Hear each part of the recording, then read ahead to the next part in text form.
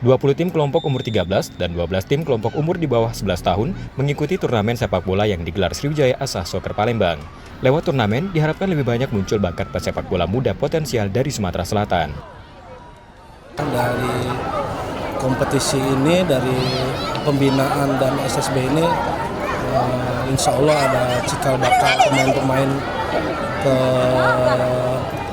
Sriwijaya atau PS Palembang dan sekitarnya. Pelatih sekolah sepak bola di Palembang mengaku turnamen sepak bola kelompok umur harus lebih sering digelar agar menjadi wadah untuk menambah jam terbang dan mengembangkan potensi sekolah sepak bola. Dengan kegiatan ini menurut saya sebagai wadah buat para pelatih SSB untuk menyalurkan bakat anak-anak mereka dan juga menjadi ajang pencarian bakat. Beberapa tahun terakhir, sepak bola di Sumsel bergeliat dengan semakin banyak munculnya sekolah sepak bola. Nur Muhammad, Kompas TV, Palembang, Sumatera Selatan.